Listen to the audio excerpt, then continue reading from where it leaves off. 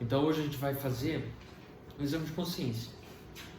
Esse manual que eu passei para vocês em PDF é o mais completo que eu já vi até hoje na minha vida. Eu já provi muito manual para ajudar no exame de consciência, para você se confessar bem. Eu me confesso no máximo a cada 15 dias, no máximo estourando, mas eu não consigo mesmo. Eu já vi muita coisa, tem na internet, livro, mas completo como esse, eu nunca vi. Então é o que eu vou fazer depois. Mas antes eu quero só ler novamente com vocês, eu queria que vocês me acompanhassem com a Bíblia de vocês. Primeiro, Deuteronômio, lá no começo da Bíblia, capítulo 6. Olá, boa noite. Opa, tudo bem? Boa noite. Bem-vindo, fica à vontade. Deuteronômio, capítulo 6. Consegue achar? Olha só, primeiro livro, Gênesis, depois vem Êxodo, Números, Levítico e Deuteronômio. Deuteronômio é o último. Os primeiros 5 é chamado Pentateuco. Penta é 5 em grego, né? São os livros mais importantes do Antigo Testamento. É chamado também de Torá Judaica.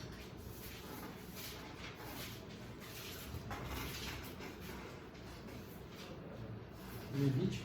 E Deuteronômio, depois do Levítico. Qual? Capítulo 6.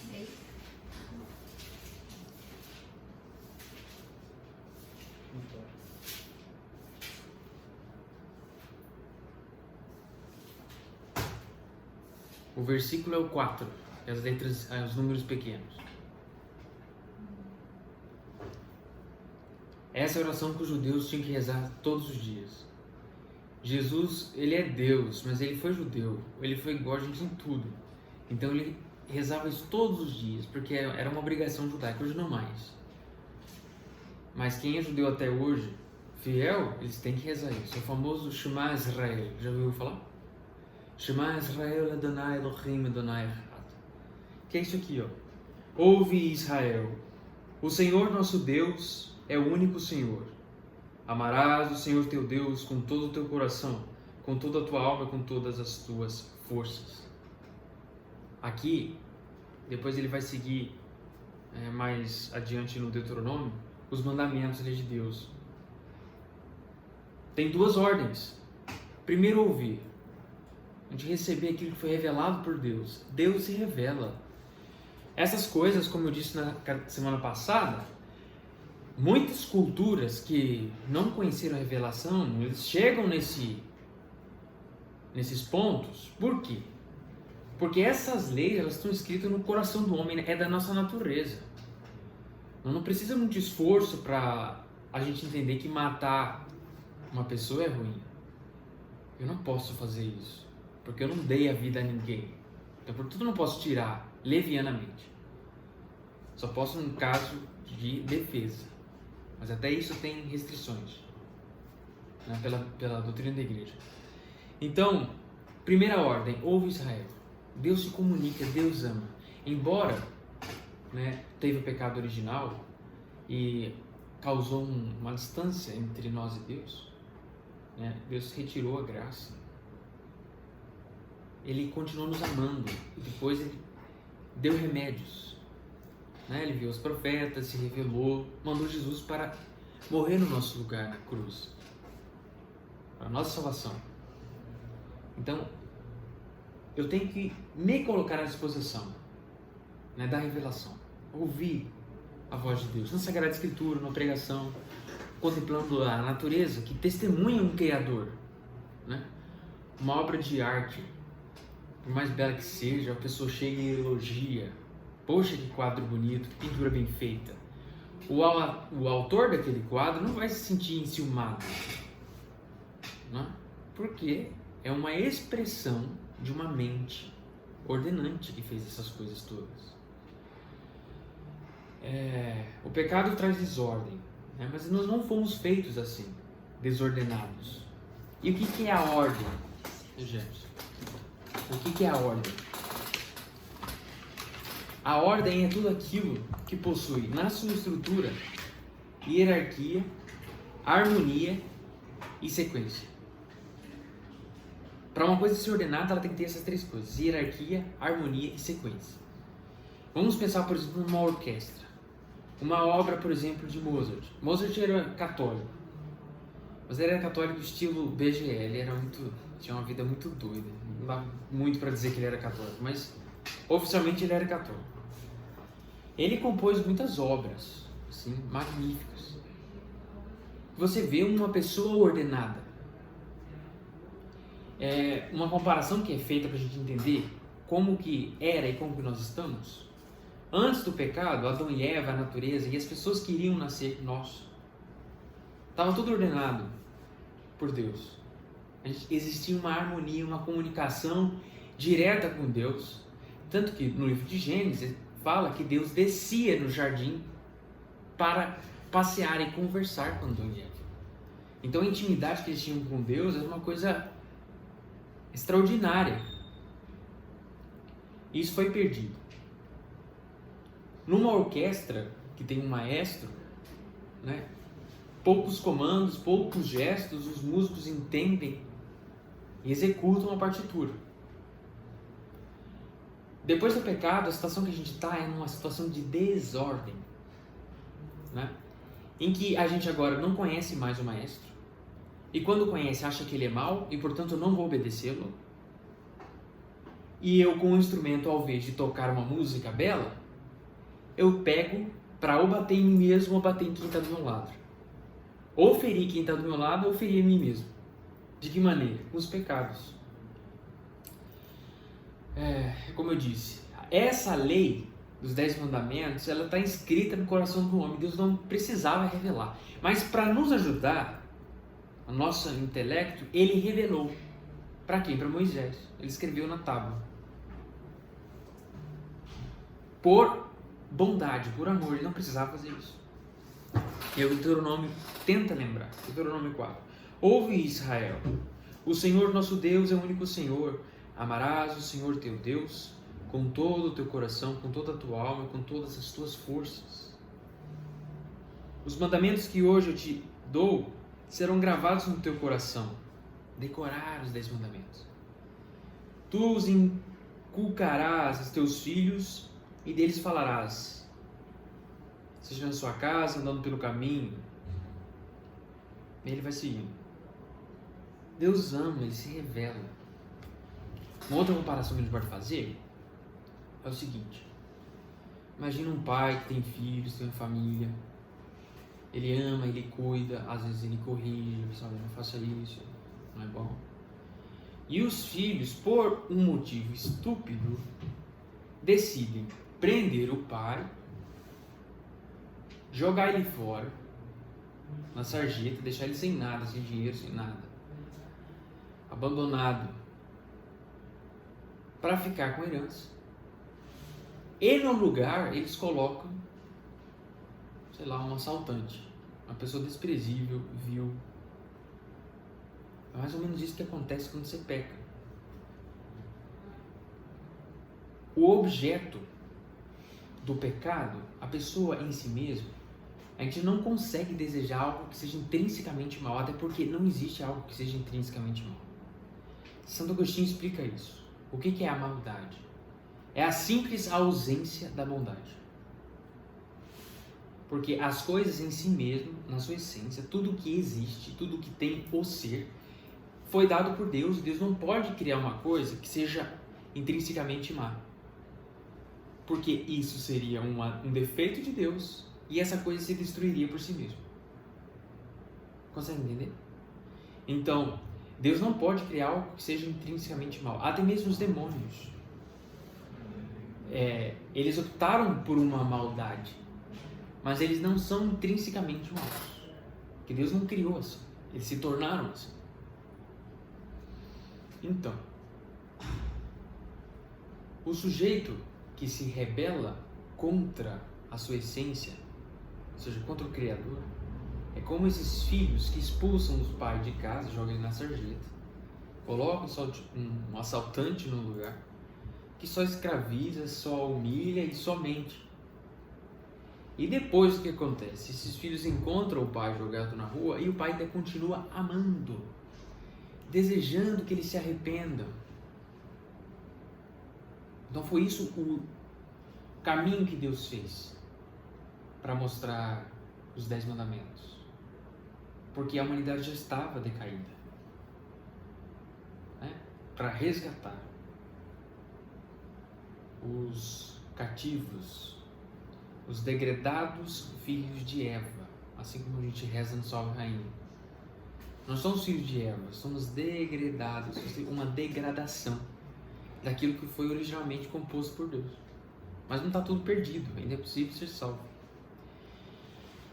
Nós estamos numa mentalidade, a nossa sociedade, infelizmente, ela é muito positivista.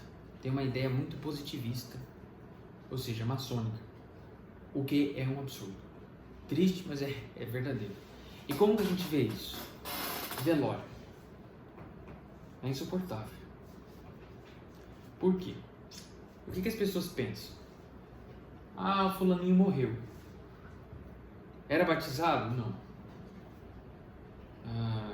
Ia para a igreja, comungava, confessava? Não. Mas foi para o céu. Por quê? Bom, Deus perdoou todo mundo. Ele é misericórdia, até porque ele não fez nada de grave, né? A concepção de pecado para as pessoas é o que está no Código Penal. Não matou, não roubou, então merece o céu, olha que maravilha. Problema. Para eu ver Deus, a minha natureza humana é muito insignificante. É muito pequena, incapaz. Eu preciso de um upgrade, de uma modificação da minha alma para elevar, não é? Por exemplo, eu estou gravando essa catequese agora com esse telefone. Inicialmente, qual era a função de um telefone? Chamada, ligação. Hoje em dia, uma das últimas coisas que você faz com o telefone é a chamada, porque ele teve mudanças estruturais. Tanto que a gente nem chama mais de telefone, mas chama de smartphone. Você faz muita coisa aqui. Quase nunca chamada, mas você faz muitas coisas. Ou seja, teve uma mudança estrutural naquilo que anteriormente foi concebido, né? Então, para eu ver Deus face a face, para eu receber a felicidade e a alegria do céu, eu só vou ser digno disso se tiver uma coisa chamada graça. Vamos agora ao Evangelho de São João, depois do meio da Bíblia. Evangelho de São João, capítulo 3.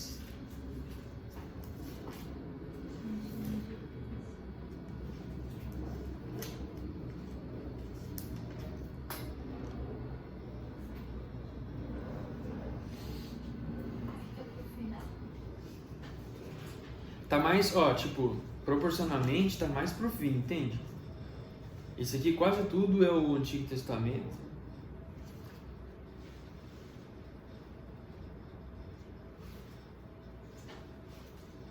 Querem ajuda?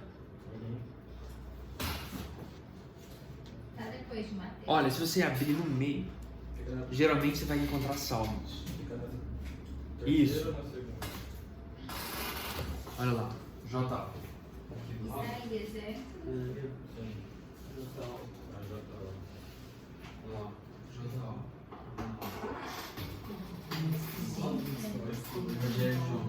Salmo.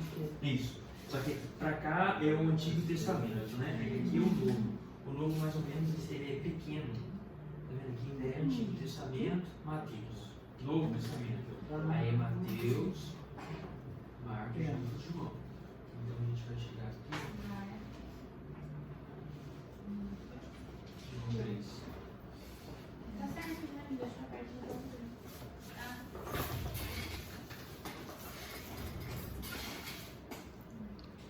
Isso é legal porque como vocês não têm habilidade, por isso que eu pedi a Bíblia. Eu poderia ler só, né? Mas só para a gente aprender a usar. Certo? Vamos lá, João 3. No versículo 5, deixa eu explicar o contexto para vocês. Nicodemos, fazia parte da tribo de Levi, né? Era um dos príncipes dos judeus. como fala ali no começo, e aí ele viu a sublimidade de Jesus, ele viu que Jesus não era um homem qualquer, que tinha uma coisa muito diferente, porque o sujeito que perdoava pecado, ressuscitava pessoas, curava milagres assim, estupendos, não poderia ser só um homem. Então ele viu a divindade de Jesus. Só que ele, sendo judeu que era, se ele professasse, ele ia ser morto também como Jesus, pelos outros fariseus, né? Que não queriam aceitar Jesus de maneira nenhuma, apesar deles verem a sublimidade, né? Tanto que tem uma parte do Evangelho que diz que os fariseus planejaram matar Lázaro, que Jesus ressuscitou, para ninguém falar que ele foi ressuscitado. Então vejam a malícia. Aí esse Nicodemos estava querendo se converter. Então Jesus fala uma coisa para ele, olha, no versículo 5, no capítulo 3. Em verdade, te digo, quem não renascer da água e do Espírito não poderá entrar no reino de Deus. Então vejam, se não tiver o batismo, Jesus está dizendo, se não batizar, não tem como você ver Deus. É por isso que a Igreja Católica batiza crianças. Porque se Deus pode salvar de uma outra maneira, Ele não revelou. O que Jesus revelou? É que precisa do batismo. E sem o batismo não tem como ser salvo. Por mais bonzinho e legal que você seja. Porque precisa da graça de Cristo que Ele alcançou na cruz. E Ele deixou os meios para a gente ter acesso a essa graça. O batismo é uma delas, os sacramentos todos. Sem essa modificação na alma, sem essa mudança, assim como o telefone, ele foi mudado, a espécie dele e as capacidades dele. Assim também a alma, ela é mudada. Quando você pratica os 10 mandamentos, isso não faz de você uma pessoa santa. Ainda não é o suficiente, você está sendo humano. Se você pratica as virtudes teologais, as virtudes cardeais, isso não está te deixando na sétima morada. Ainda é muito pouco para ser santo. E isso está deixando você simplesmente uma pessoa humana. O ser humano, se ele não tiver um processo pedagógico, o que é pedagogia? Andar... eu esqueci outra parte da palavra, mas é andar com a pessoa, orientando, educando, né? Como alguém carrega na mão, segura na mão, né? Tem que haver uma modificação na alma. Por exemplo, enquanto eu estou ensinando essas coisas para vocês, vocês estão pensando e raciocinando se isso que eu estou falando faz parte da realidade e se tem honestidade nas palavras. Se isso faz parte da estrutura do ser e se eu estou dizendo a verdade. E quando vocês fazem um ato de inteligência, que é diferente de decorar, quando você vê a verdade, não tem como mais desver, entende? Depois que você entende que 2 é mais 2, pode vir qualquer um falar que 2 mais 2 é igual a 5, não vai ser. Porque você já fez um ato de inteligência. Então, esse processo que eu estou fazendo agora com vocês está causando uma modificação na alma de vocês. Entende? Agora, uma criança, por exemplo, o ser humano, se ele não for levado por uma pedagogia educacional, ele vai se tornar, porque nós temos aquelas mesmas coisas dos animais, o irascível, os sentidos internos e concupiscíveis. Os animais têm isso também.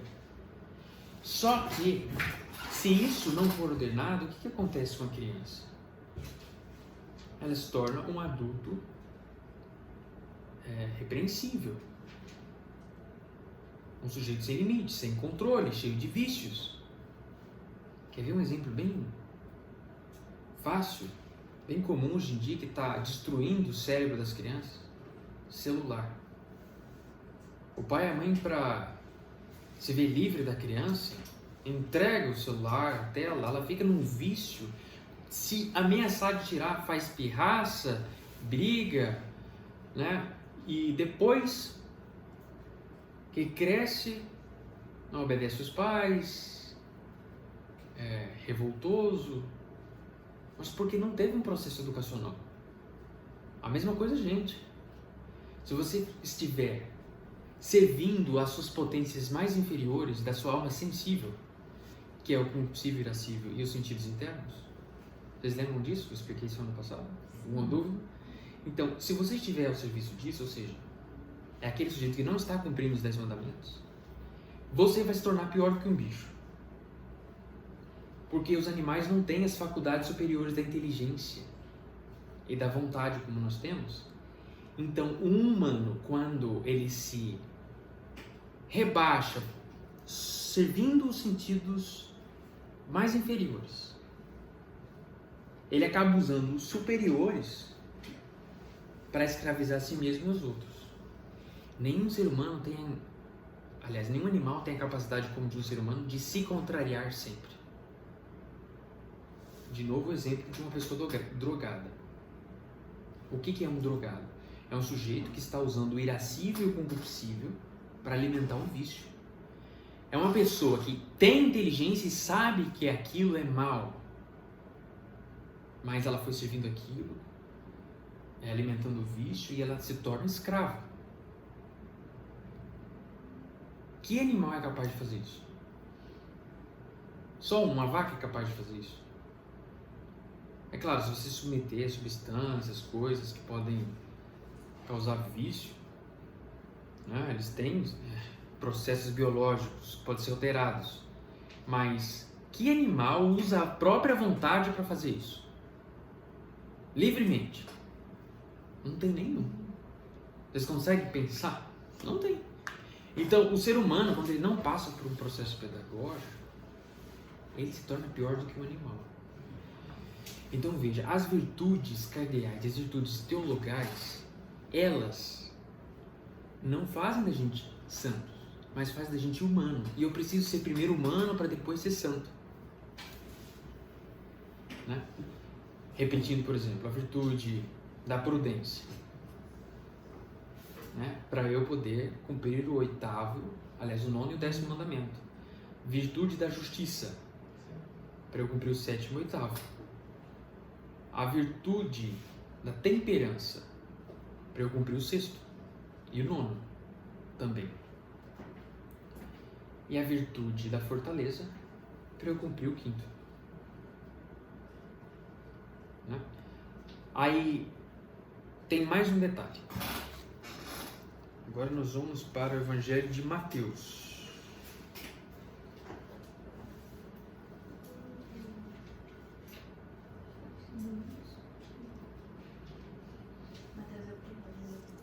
É o primeiro do Novo Testamento.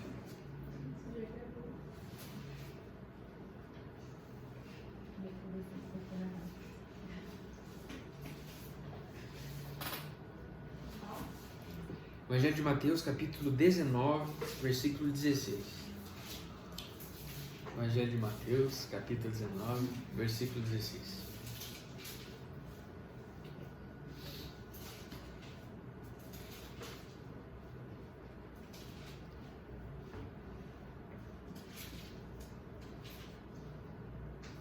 Então veja, eu preciso cumprir os mandamentos, porque eu amo a Deus. Depois que eu cumpro os mandamentos, eu posso receber os sacramentos. Por isso que para batizar, você não se confessa, porque não haveria confissão, seria inválido. Né? Mas você precisa se arrepender dos seus pecados. Você precisa pelo menos de exame de consciência. Né? Ou seja, com arrependimento, com o intuito de não mais torná-los a fazer.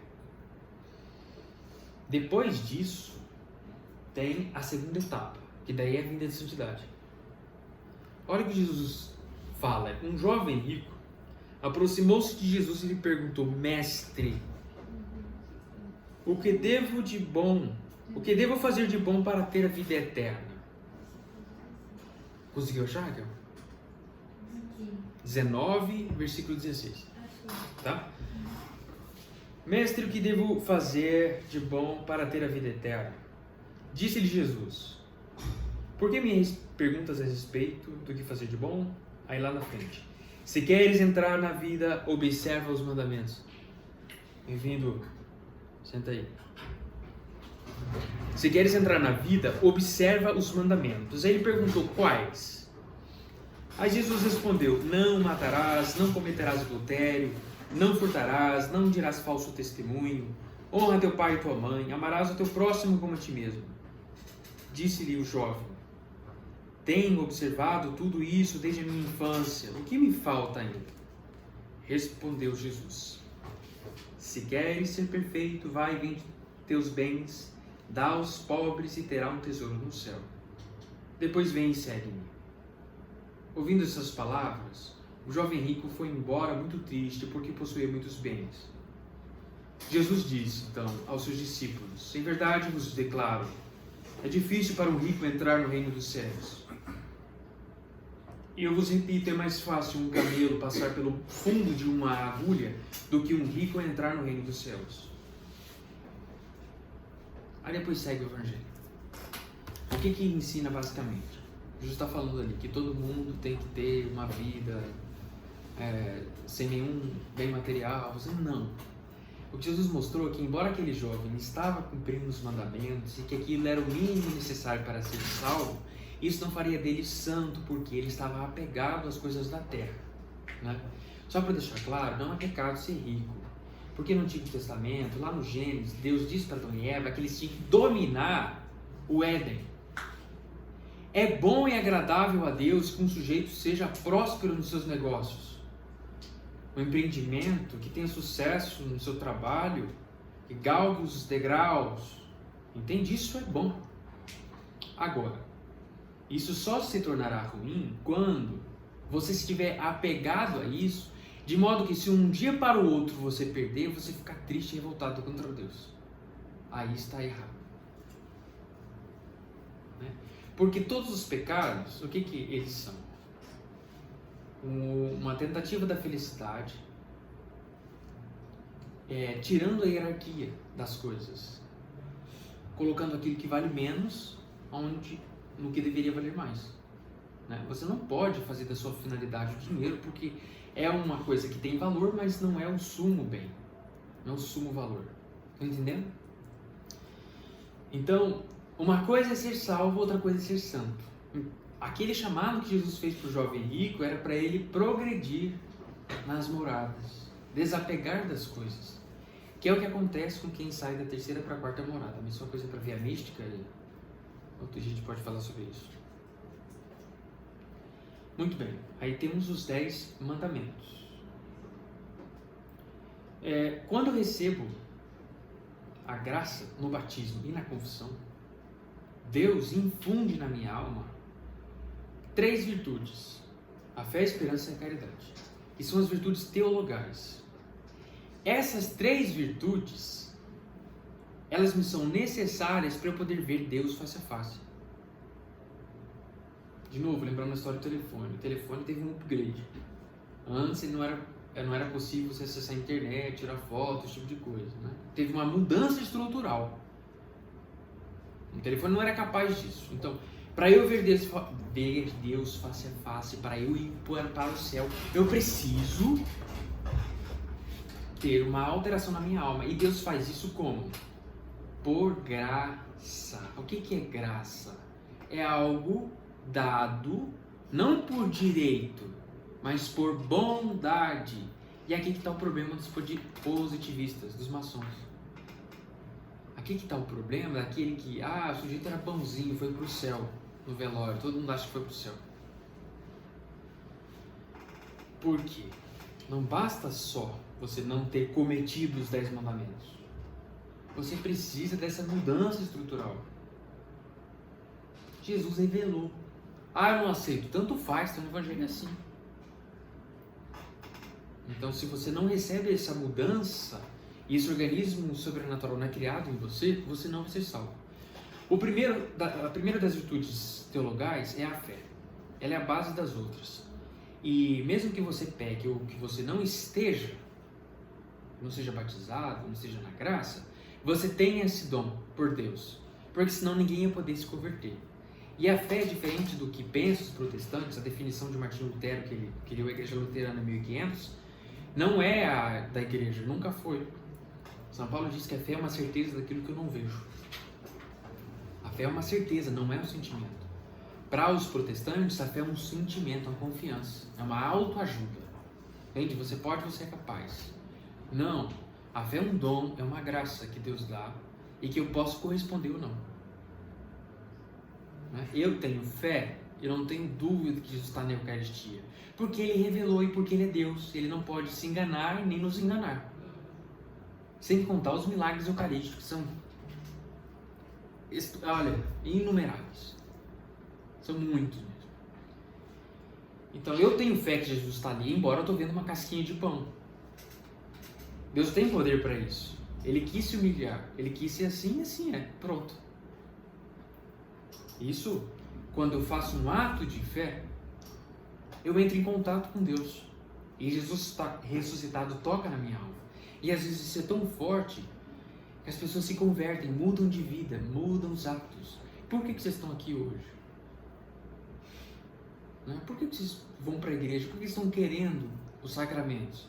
Porque Deus está chamando no interior de vocês. Não foi o Padre Tony, não foi, sei lá, o Patrick. É Deus que move isso. Então, a fé é a primeira das virtudes teologais.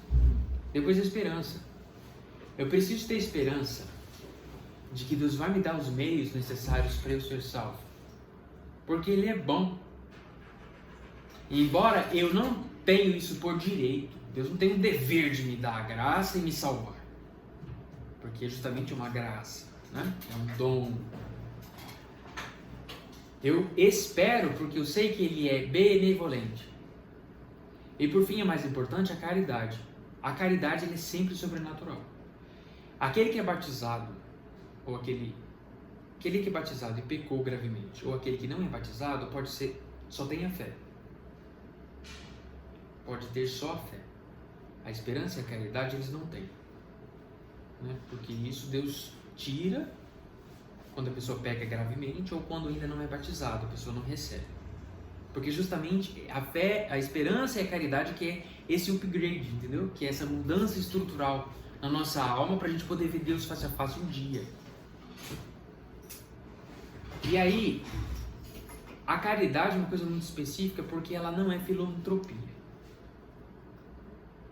A maçonaria é muito boa para fazer filantropia. Existem muitas sociedades, órgãos, coisas sociais que fazem filantropia. Filantropia é uma coisa boa,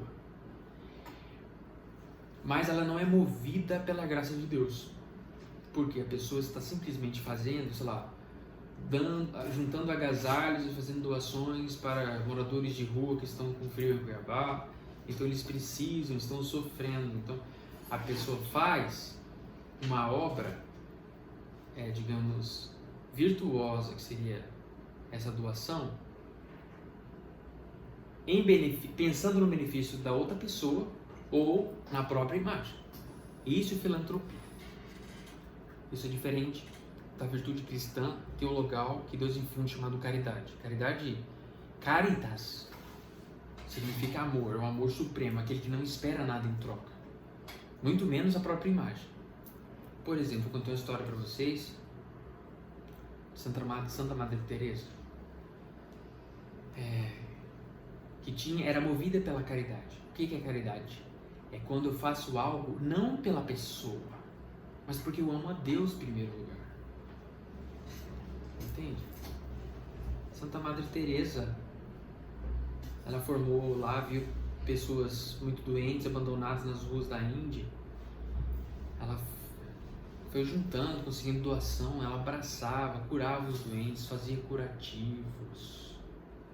Ela beijava os doentes, pessoas com doenças contagiosas. Coisa assim tremenda. Ela não tinha o menor nojo, ela não tinha o menor medo de ficar doente, ela abraçava e amava, porque essa virtude da graça que os sacramentos causam, ele precisa crescer, assim como uma criança, entende? Então o santo é aquele que desenvolveu tudo isso. Então Santa Madre Teresa, ela olhava essas pessoas e via Jesus nela, e abraçava e beijava como o próprio Cristo, não por causa da pessoa, mas por causa de Deus. Aí foi um banqueiro lá que doava e viu aquilo lá e ficou admirado. Ele falou assim: olha, Madre, eu não faria isso nem por $1 milhão. Aí ela falou assim, eu também não. Eu faço porque eu amo Jesus. Por exemplo, São Francisco de Borja, prestem atenção, se vocês seriam incapazes de fazer isso. São Francisco de Borja, jesuíta, não sei se eu já contei essa história para vocês, mas eu vou repetir. São Francisco de Borja, jesuíta, assim como os jesuítas Santo Inácio mandava, eles iam de 2 a 2 pregar o evangelho, para as pessoas converterem, os sacramentos, aquela coisa toda. Então ele chegou num vilarejo, um lugar lá muito simples, que não tinha espaço na casa para eles ficarem. Mas eles, como bons religiosos que eram, pessoas muito humildes, muito simples, desapegadas, disseram, não tem problema, a gente fica no curral. A gente dorme lá, a gente só quer um lugar. Aí deixaram, e lá eles ficaram. E São Francisco, padre, acompanhado de um outro padre mais velho, idoso, que estava doente, mas estava fazendo missão com ele. E ele tossia o tempo inteiro. Ele passou a noite inteira tossindo. E ele tossia e escarrava. E como já estava à noite, já apagado a lamparina, já não tinha mais luz, ele tossia e escarrava a noite inteira. Quando foi no outro dia, que o sol amanheceu e iluminou tudo, esse padre idoso viu São Francisco de Borja todo cuspido no rosto. Tava só a meleca. E aí ele ficou com vergonha e pediu perdão. Irmão Francisco, me perdoa. Irmão Francisco, me perdoa. Por que o senhor não falou nada? Veja, ele estava à noite, ele não viu, ele não teve intenção de fazer isso. São Francisco de Borja poderia levantar e trocar de lado, virar, ou pedir, irmão, você está cuspindo em mim, vamos parar. Mas ele não fez nada disso. E a resposta foi o porquê. Esse padre idoso perguntou, por que o senhor não me acordou? Por que o senhor não falou nada? Me perdoa por isso. Aí São Francisco de Borja, que já era santo, nessa altura, ele respondeu, olha, creia-me, meu bom padre, que aqui não se acha a parede mais digna de ser cuspida do que o meu rosto. Ou seja, ele, enquanto santo, sabia, tinha consciência dos pecados que ele tinha cometido e o quanto isso ofendeu Jesus na cruz. E foi a causa dos flagelos de Jesus. Ele poderia se levantar, mas ele ofereceu aquilo como uma expiação, como uma humilhação de si mesmo. Se fosse eu ia agarrar no pescoço, ia cair no soco e no boxe, porque eu não sou santo, entende? Infelizmente, às vezes tenho ímpetos do irascível, do impossível. Agora, quem é capaz de fazer essas coisas? É um santo. A maçonaria não foi capaz de produzir um São Francisco de Borja, nem uma Santa Madre Teresa, tampouco o protestantismo. Aquele que se dispõe de uma caridade perfeita. Muito bem? Então, a graça santificante, ela causa isso na alma. E ela é sobrenatural, por quê? Porque ela é Deus que infunde. No batismo, na confissão e na comunhão. E nos outros sacramentos também. Você cumpre bem as funções. Certo? Então agora, antes que acabe, eu vou começar a fazer o exame com vocês. Eu já, nas próximas catequeses, eu não quero mais resumos, não precisa. Agora o que eu vou querer de vocês é só atenção. Para que vocês entendam, quando chegar em casa, para os que vão receber sacramentos, tipo o Marcos, para fazer uma boa confissão depois, a Raquel também, e o Igor. Se preciso for, é bom que anote, porque a confissão ela é invalidada se você deixar de contar algum pecado por malícia. Por malícia, no caso, se... Você lembrou e não falou. Ah, tá. Então, eu preciso, para a confissão seja válida, eu preciso fazer um diligente exame de consciência.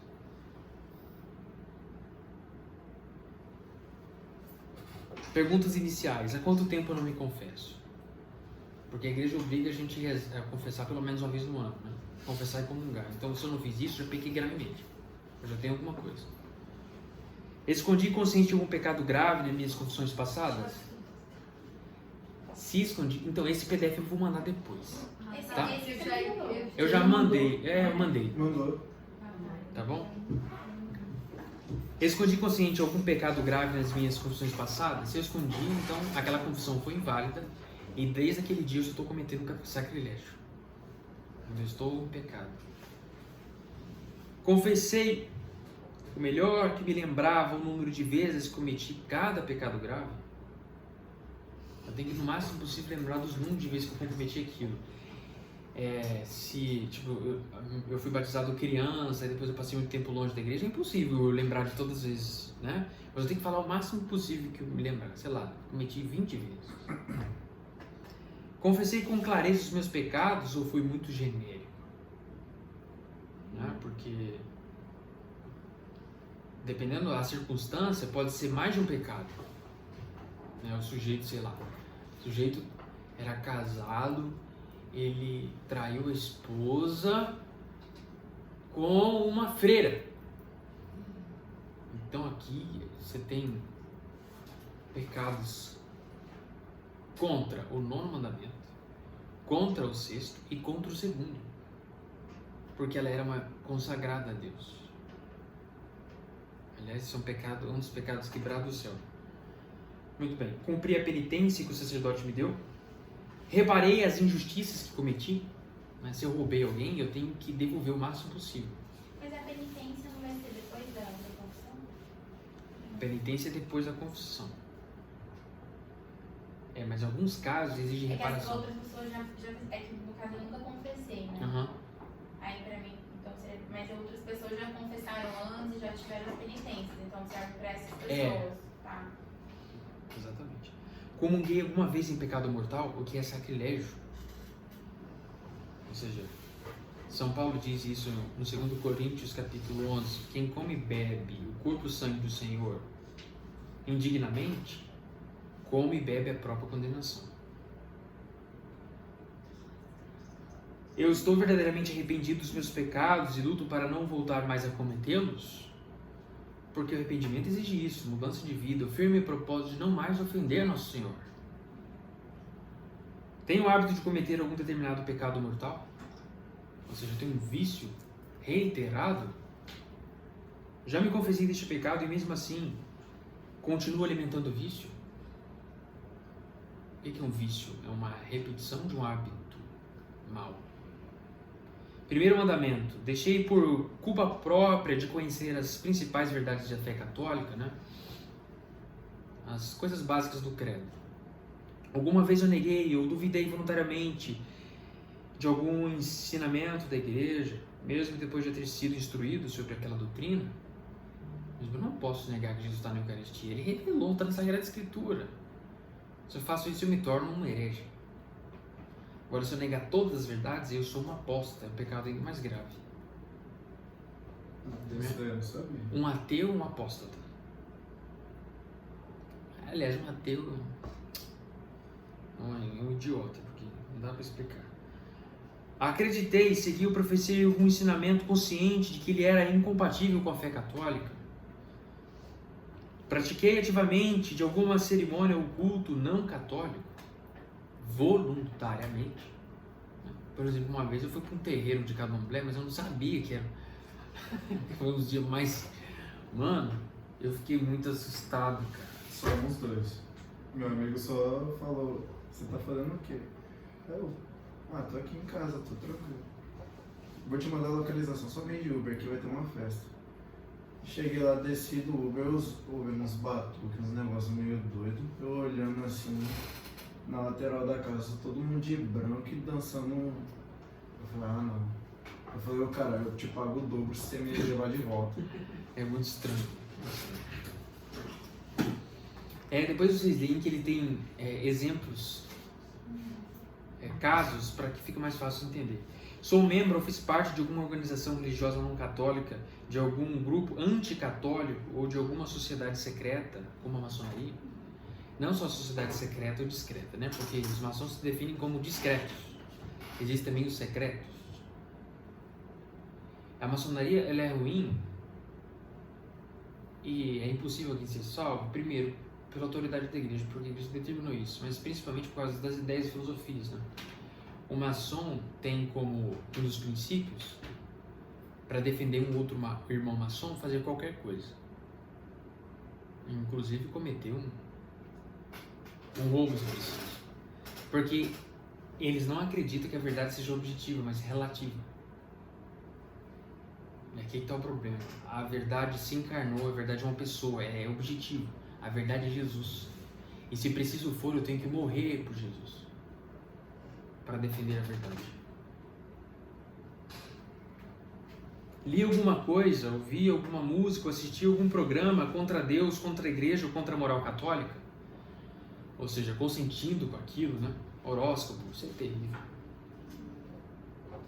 Veja, vamos lembrar, para ter pecado tem que ter aquelas 3 coisas, né? Eu expliquei na semana passada, vou falar de novo. Precisa ter matéria, tem que ser matéria de pecado, tem que ter plena advertência e plena advertência e pleno consentimento. Só de você sentir uma coisa ainda não pecou. O pecado está no consentimento. Porque se você sente aquele ímpeto, desejo, sei lá, que raiva que todo sujeito, quero destruir ele no soco. Veio o sentimento de ira desordenado. É meio irascível. Eu senti. Aí vem a advertência. Isso é imoral. Então eu posso consentir e cair no soco. Ou não. Eu posso simplesmente contar até 10. Então, teve matéria, teve advertência, mas não teve consentimento. Não teve pecado. Precisa dos 3 para ter pecado. Entendido? Muito bem. Pratiquei ou colaborei em alguma superstição ou idolatria?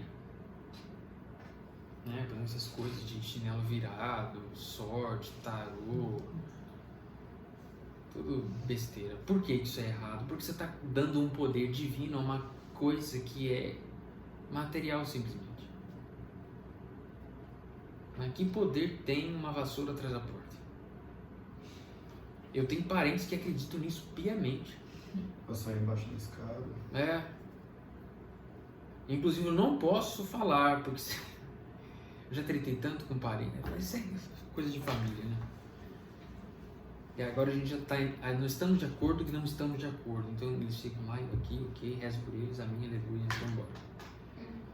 Participei de reuniões espíritas, invoquei espíritos, recebi passe, acreditei na reencarnação, invoquei Satanás, li textos, assisti filmes que invocam explicitamente Satanás, Harry Potter.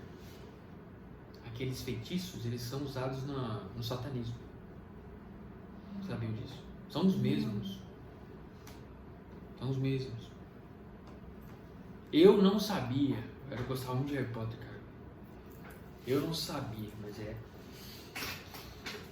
tem um testemunho de um ex-satanista que ele conta as mesmas palavras. Usa o ritual satânico. Recebi o sacramento sem respeito ou sem fé. Recebi a crisma, a eucaristia, o matrimônio, a ordem e pecado mortal. Desesperei da salvação, achando que os meus pecados eram maiores que a misericórdia de Deus. Os meus pecados, desespero. Pequei por presunção, esperando que alcançaria a salvação sem ter que fugir do pecado ou guardar os mandamentos. Que é o que a maioria das pessoas acham. Você pode ir em qualquer velório. Acreditei na falsa doutrina que ensina que Deus, por ser misericordioso, irá salvar todas as pessoas, ainda que elas não deixam o pecado. Tive ódio contra Deus, me revoltei contra Deus, por exemplo, por ter nascido com uma aparência, com um sexo que eu não desejava. Segundo mandamento, não tomar seu santo nome em vão. Pequei por blasfêmia, escandalizei alguém com tais blasfêmias. O que é o escândalo? É quando eu levo outra pessoa para o pecado. Então, além do meu pecado pessoal, eu estou carregando o pecado da outra pessoa. Não? Irritei alguém com o propósito de fazê-lo praguejar ou blasfemar contra Deus, jurei em assuntos falsos ou desonestos, usando o nome de Deus, ou dos santos, ou de coisas sagradas. Com isso, pessoa que não consegue fazer uma afirmação sem dizer eu juro por Deus. Isso é um pecado, cara. Não faça isso. Jurar é quando você está invocando o nome de Deus pelo aquilo que você está dizendo, ou seja,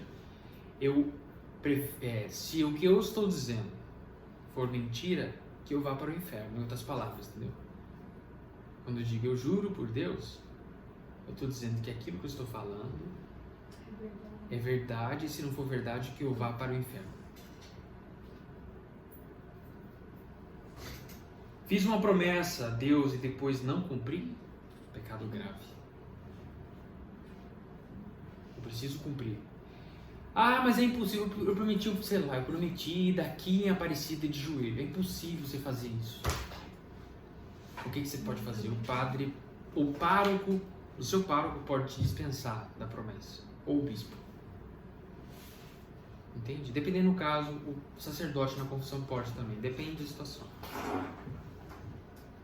Mesmo depois da graça já alcançada, você pode conseguir, Se é impossível você cumprir a promessa, você precisa então da dispensa.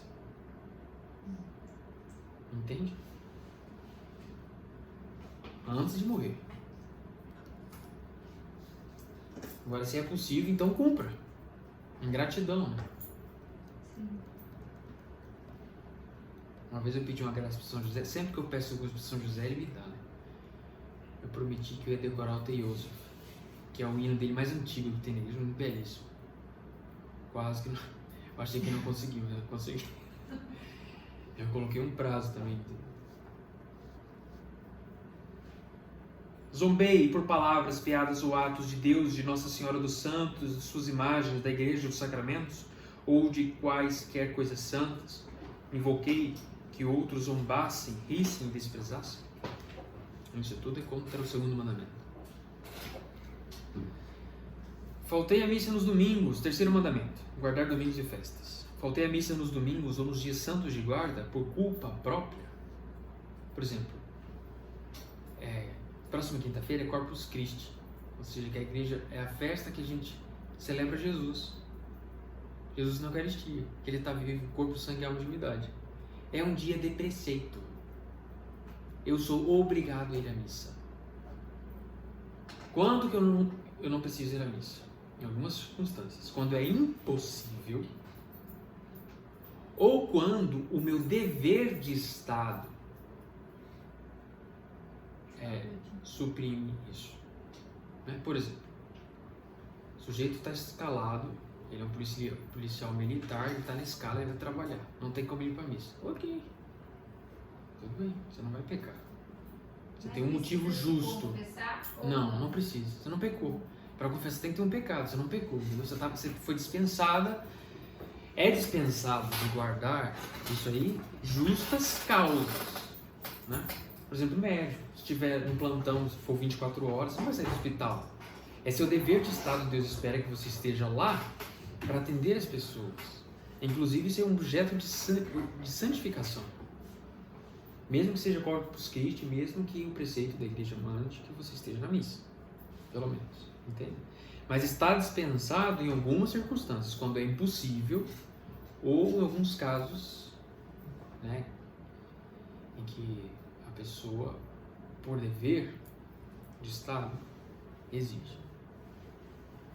Questões ligadas à saúde, segurança, né? Pessoas que trabalham com isso.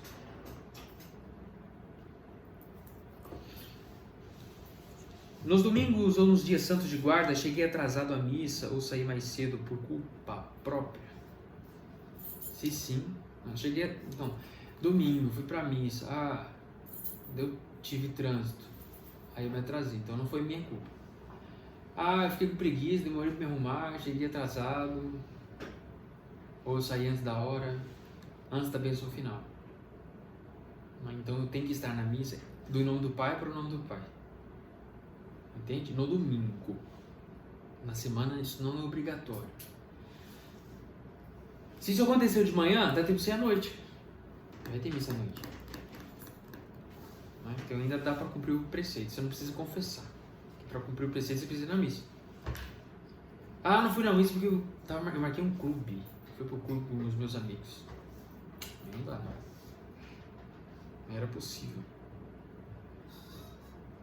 Fiz propositalmente com que outras pessoas faltassem à missa nos domingos ou nos dias santos de guarda, ou saíssem mais cedo ou chegassem atrasados. Fiquei mais de um mês sem fazer ao menos uma oração sincera a Deus. Tem que ter relacionamento, né? Não tem como você amar uma pessoa de longe, distante, sem conversar, sem ligar. Ah, tô com saudade, a pessoa nem lembra. Mentira. Nem tá lembrando, você ama aquilo que você deseja. O que você deseja? O dia tem 24 horas, 8 para dormir, 4, digamos, mais 8 para trabalhar. Digamos que você fica 2 horas em oração, 4 horas para fazer outra coisa. Você tem um tempão do seu dia. Tempo é prioridade. O que é prioridade na sua vida? E você ama aquilo que você deseja. O que você deseja o dia inteiro? O que você busca? Alimentar suas concupiscências? Suas velidades? Suas vaidades? Que tanto do seu dia Deus ocupa no tempo. Nos domingos, nos dias santos de guarda, realizei trabalhos, atividades ou negócios que me impediram de participar da Santa Missa. Obriguei que outras pessoas realizassem atividades, impedindo-as de participar da Santa Missa. Então isso é pecado também. Quarto mandamento. Honrar pai e mãe. Zombei, xinguei, maltratei e ameacei os meus pais. Alegrei com o mal dos meus pais. Entristeci-me com o bem deles. Isso é tudo pecado. Veja que os pecados estão numa hierarquia. Entende? Do mais importante para o menos. O primeiro é mais importante que o terceiro. E o quarto é mais importante que o sétimo. Eles estão todos dispostos numa hierarquia. Assim como tem que dar o valor certo para as coisas certas. Isso é uma ordem, isso é a virtude da ordem. De novo, a virtude da ordem tem que ter harmonia, hierarquia e sequência. Em tudo na sua vida. Harmonia, hierarquia e sequência. Desejei a desgraça dos meus pais, nunca rezo pelos meus pais, não ajudei os meus pais em situação de grave necessidade, não ajudei meus pais em suas necessidades espirituais, sendo que era possível para mim ajudá-lo, num conselho, advertência, de modo respeitoso, claro. Levantei a minha mão contra os meus pais, entristeci gravemente os meus pais com palavras, gestos, ações, desobediência.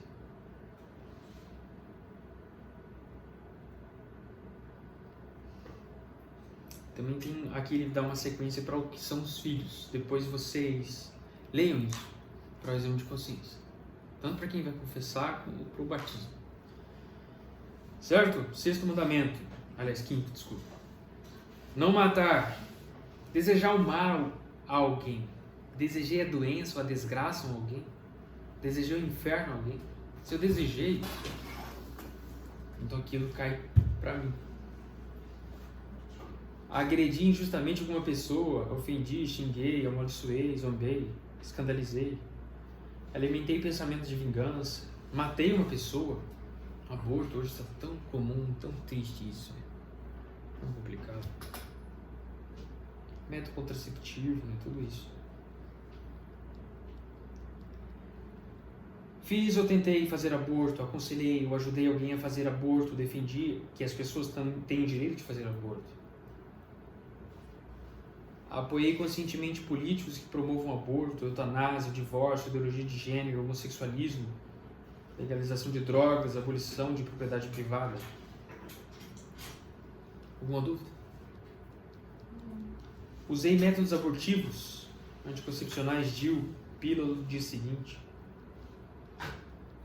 Pratiquei a eutanásia, apressando a morte de uma pessoa.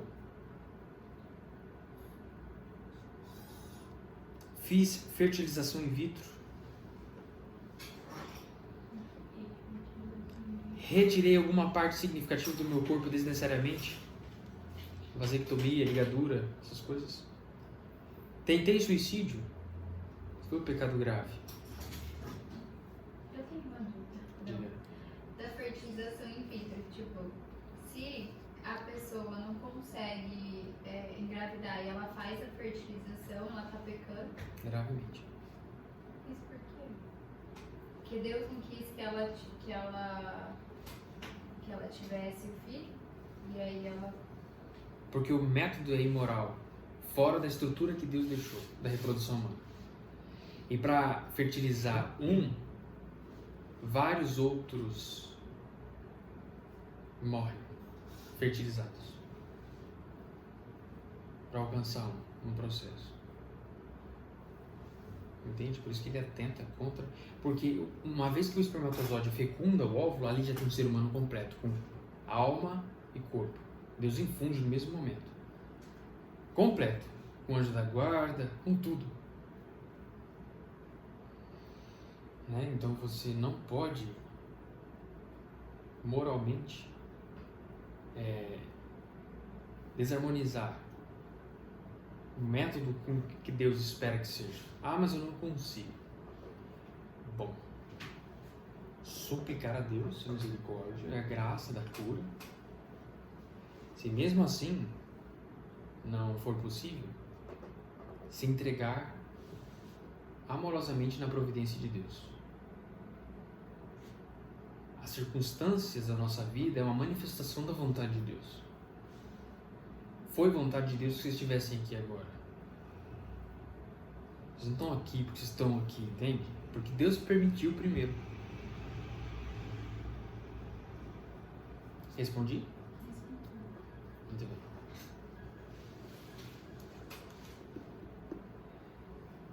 Usei por mero prazer bebidas alcoólicas, até perder completamente o uso da razão. Usei drogas ilícitas.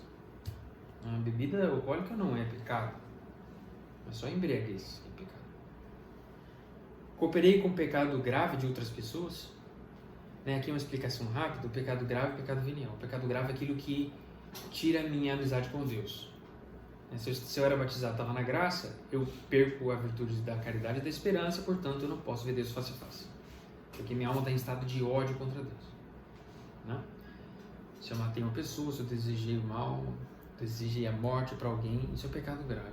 Agora tem uns pecados que eles são chamados veniais, que não necessariamente ele tira a minha comunhão com Deus, mas ele prepara o caminho, entende? Como se estivesse me aproximando de um precipício. Alguns pecados, por exemplo, sei lá, nono mandamento, não levantar falso testemunho.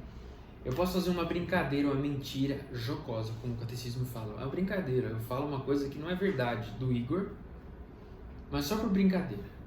Não vai causar um prejuízo, ele não vai perder o emprego, as pessoas não vão, como fala, ter um juízo diferente dele.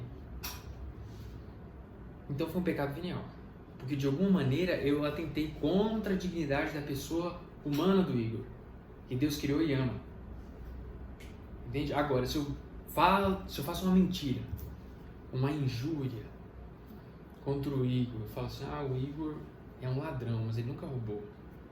Eu falo isso para as outras pessoas. Eu causo um grave prejuízo porque ele pode perder o trabalho dele, ele pode perder a confiança das pessoas, ele pode ser expulso onde ele mora.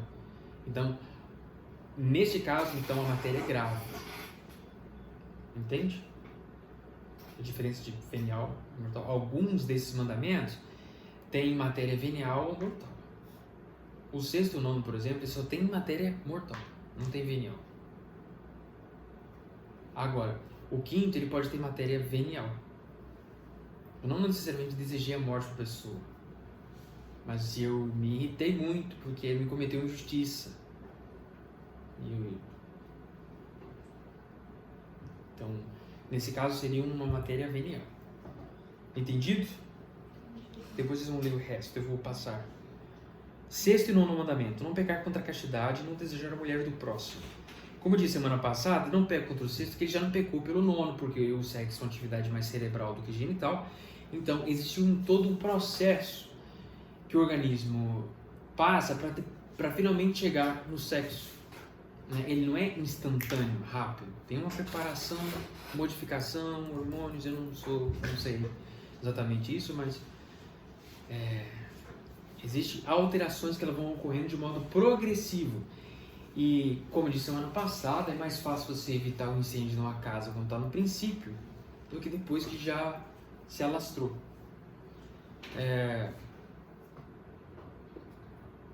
Vou ler aqui, eu vou fazer um comentário.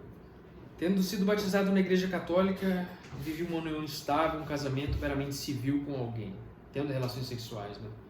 Isso é pecado grave. Sendo casado na igreja, neguei a relação sexual ao meu cônjuge sem causa grave. Isso também é pecado. Vocês estão casados, tem que ter sexo. Salvo condições de saúde ou coisas mais graves, né?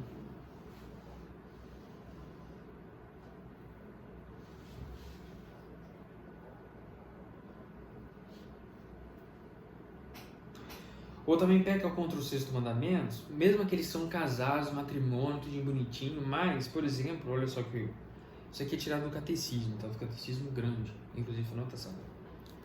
Quando os parceiros, o casal, né, por exemplo, usa métodos anticoncepcionais, DIU, camisinha, coito interrompido, querendo sexo oral, sexo anal, sexo assistido por outras pessoas, sexo com pornografia e sexo grupal. Nesses casos, você tem a obrigação de negar ou resistir energicamente. Todas essas outras formas de sexo, elas são gravemente desordenadas e imorais, mesmo que sejam casados na igreja, porque atentam contra a dignidade da pessoa. Isso é muito depois da década de 60, da revolução sexual, que a pornografia, infelizmente, virou uma praga e é cada vez mais comum.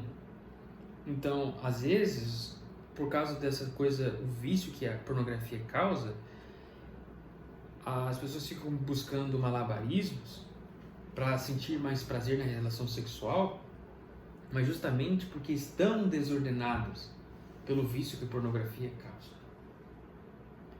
E essas formas, essas tentativas de sexo, elas impedem, interrompem, porque a pessoa não vê mais uma pessoa com dignidade, mas vê um objeto de prazer para minha satisfação. E aqui está o principal problema. Sim. Diga. Desculpa, vou interromper um pouquinho. Eu combinei de buscar cachorro do meu pai, que operou de catarata, às 9h30, lá no Clube dos Bichos. E aí, senão tive 10 horas, tem que pagar uma diária, então ela operou hoje.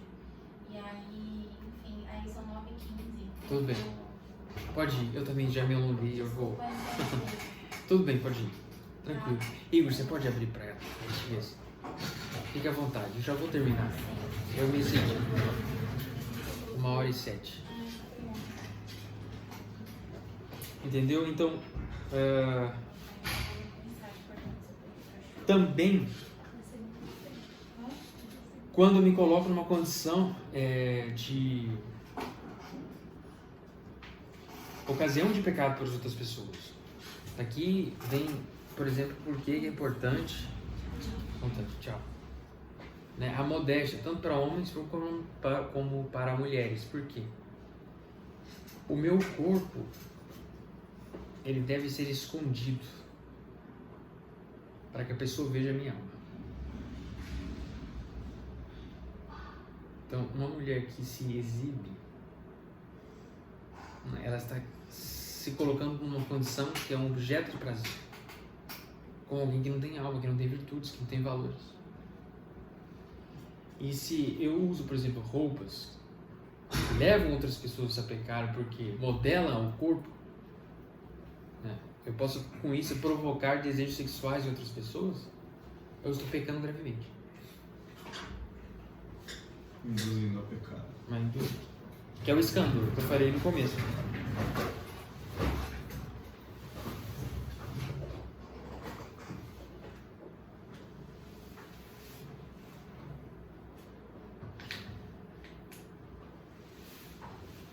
Pratiquei onanismo. Onanismo acontece quando o homem ejacula intencionalmente fora do órgão sexual da mulher a fim de evitar a gravidez. Também é chamado de coito interrompido. Esse pecado grave para os que são casados, né? E quem é casado não deveria estar fazendo sexo.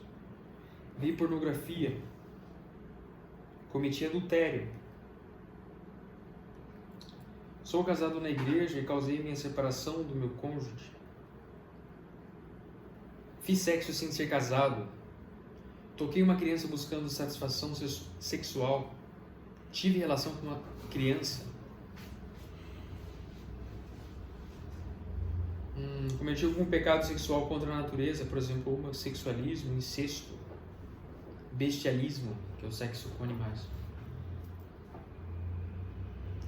Defendi ou apoiei sexo livre, poligamia, o divórcio, adultério, homossexualismo, mudança de sexo, incesto, bestialismo, pedofilia, ideologia de gênero.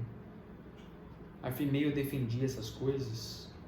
Pequei por pornografia, contextos, fotos, vídeos de conteúdo sexual explícito. Tenho o hábito de cair nesse pecado. Divulguei textos e imagens de vídeos pornográficos. Mantive o recebimento desses vídeos ou imagens.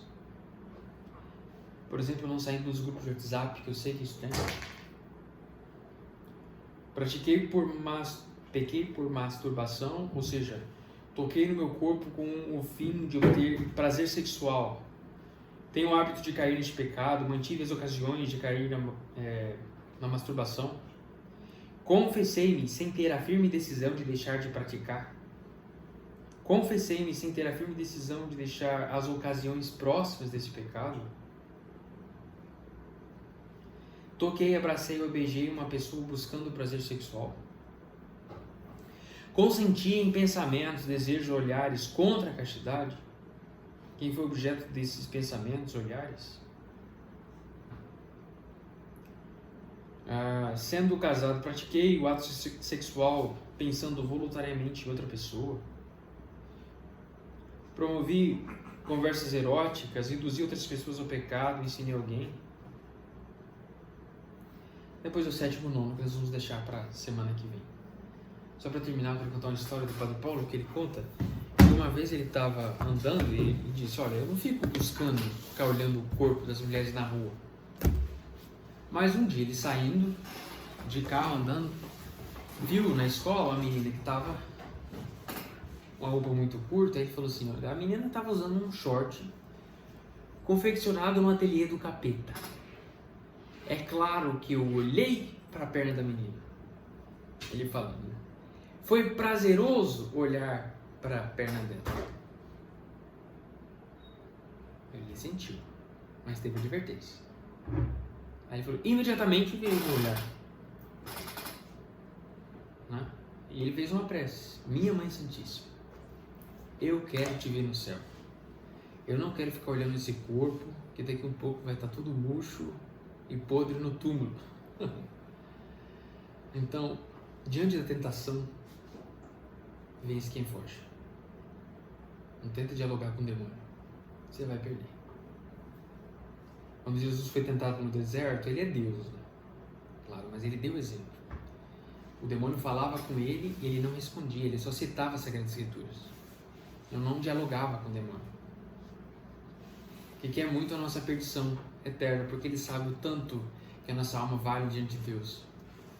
Ele tem inveja disso. Ele tem inveja, inclusive, que a gente pode ver Deus face a face e ele não. Amém? Amém. Falei muito, né? 1h13. Uma pergunta? Tudo bem, né? Semana que vem a gente termina. Já estamos vendo as datas ainda. O Padre Antônio não me respondeu, mas a gente vai marcar o batismo e depois os outros sacramentos tudo junto. É isso que eu queria até perguntar, quando que a gente vai poder crismar? Porque daí eu queria ver se tem a possibilidade de eu crismar junto com o batismo da minha filhada. Na mesma missa? Com o Padre Antônio, E ela tá... Ela Criança? é... Pode fez ser... 1 ano e pouquinho. tá. Ela tem 1 ano e 4 meses. Então, eles vão crismar, eles vão ser batizados antes, né? É possível, pede pro Padre Antônio. Eu converso diretamente lá na igreja? Vai ser melhor. Porque tem Eu acho que vai ser melhor datas, falar tem com o Padre as Antônio. datas, porque assim,